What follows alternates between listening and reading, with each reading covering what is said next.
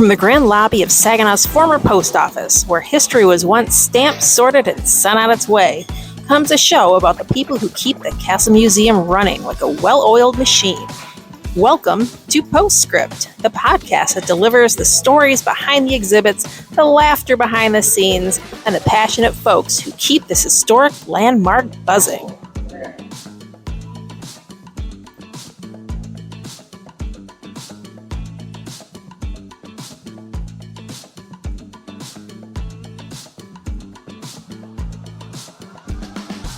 This week, we're joining Chief Curator Jeffrey Cottrell to talk everything from hard ciders to machine guns.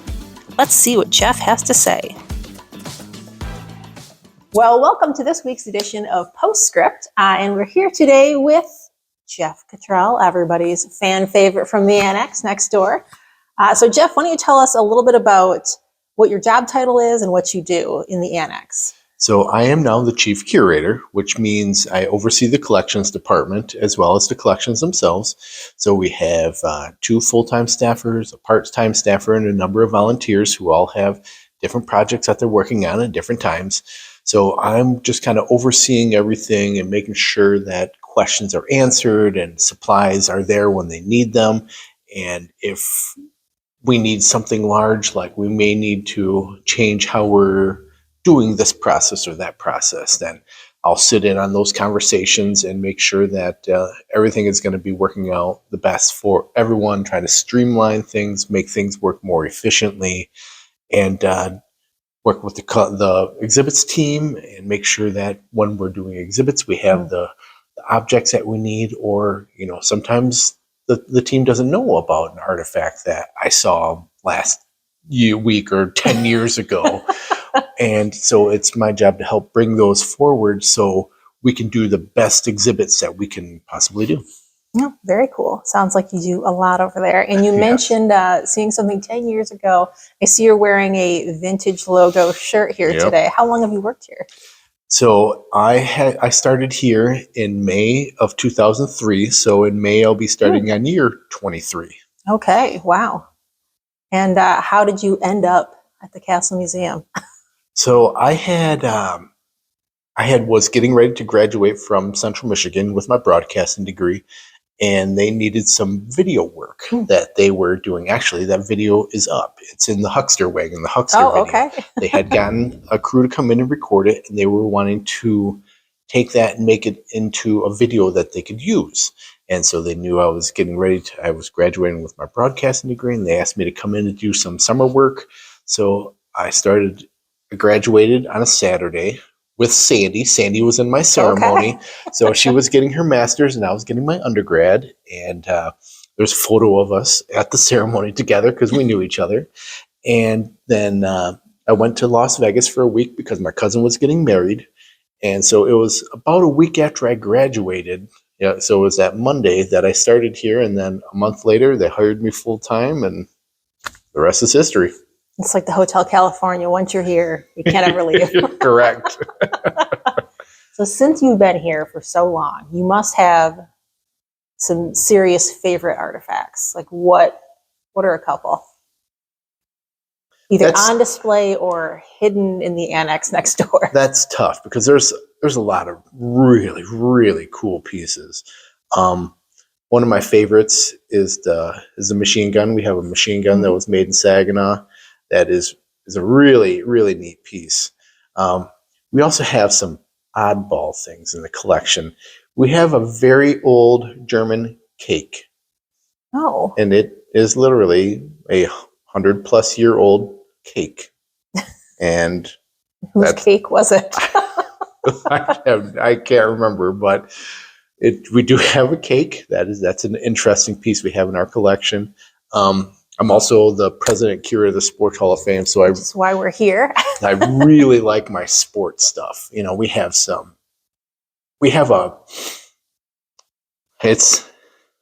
lot of really, really neat pieces from a lot of amazing athletes. We have an embarrassment of riches when it comes to athletic achievement. So some of the stuff that I really like, we have a 1965 Cleveland Indians uniform. We have Michigan State jerseys. We have CMU jerseys. We got U of M jerseys. We have New York Jets. We have University of Florida. We have everything. For a while, we even had Jason Richardson's slam dunk trophies that he won when he won the slam dunk the slam dunk tournament at the All-Star game. We had those on display for a while. So there's a lot of really interesting pieces that we have.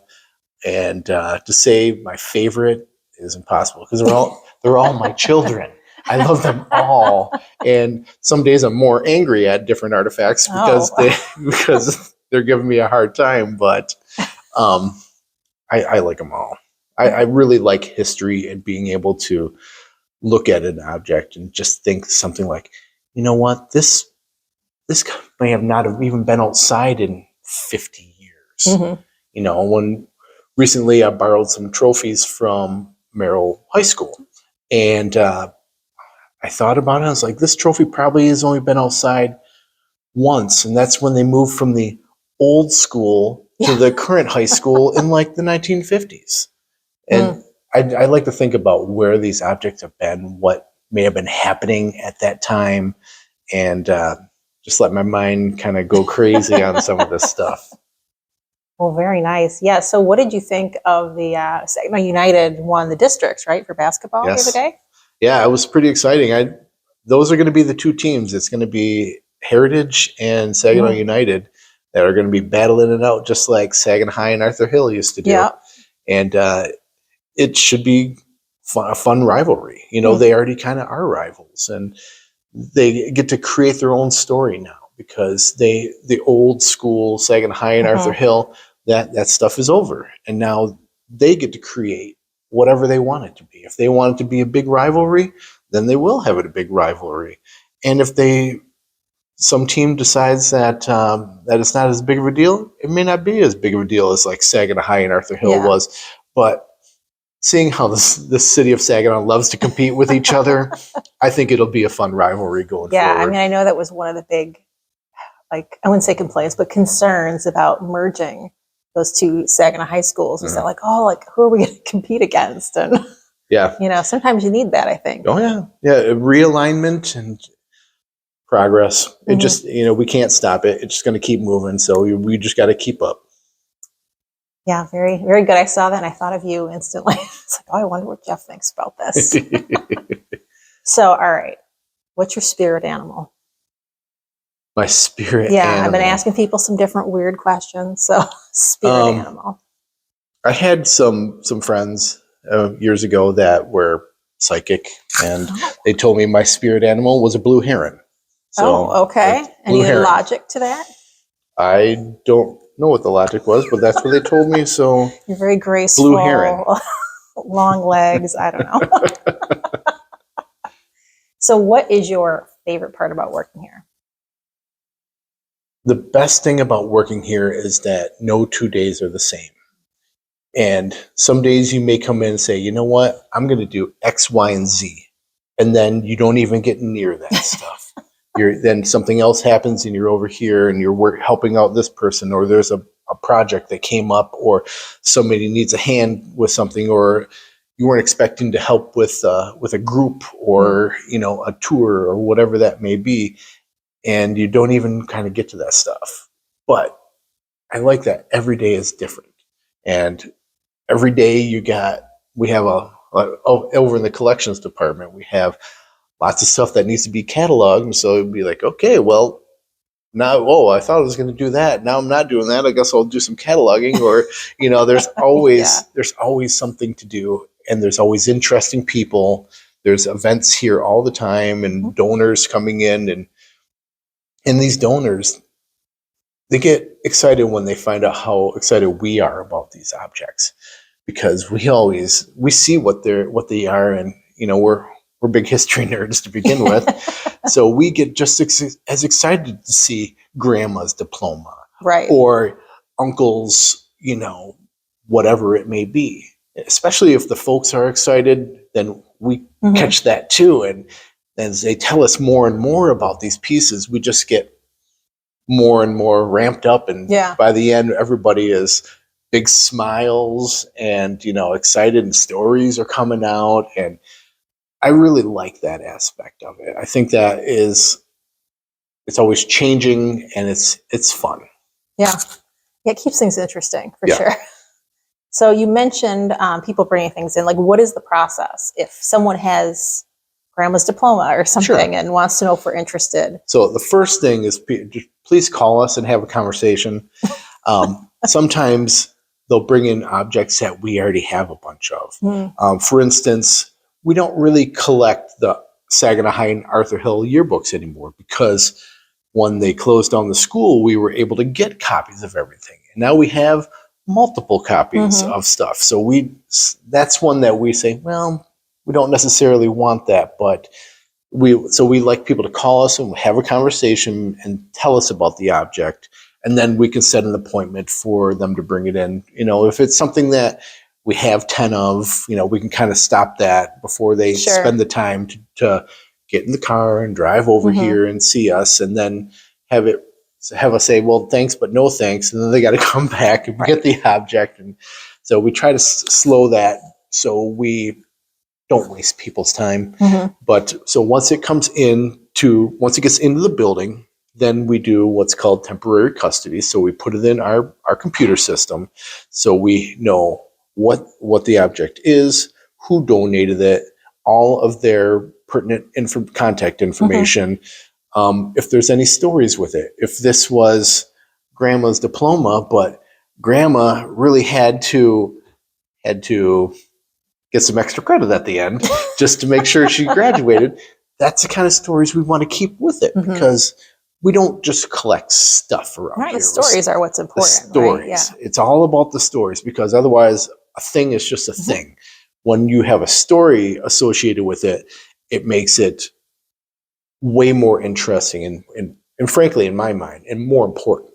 Absolutely. Yeah.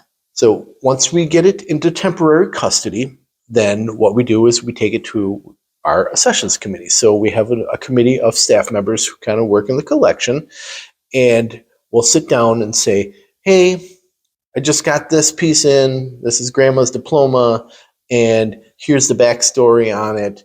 And is this something that we want? And then we'll have a conversation. Oh, do we have 5 of these in the collection? What school is it from? What time period? Do we have a photo of her? So we'll have our general conversations about what we want to make sure is included. And if it gets to this point, it's almost always pieces that we want. We're gonna try not to get this far along in the process if it's something that we're just going to return. So once it gets through the accessions committee, then our registrar, Megan Leach, will send out a deed of gift.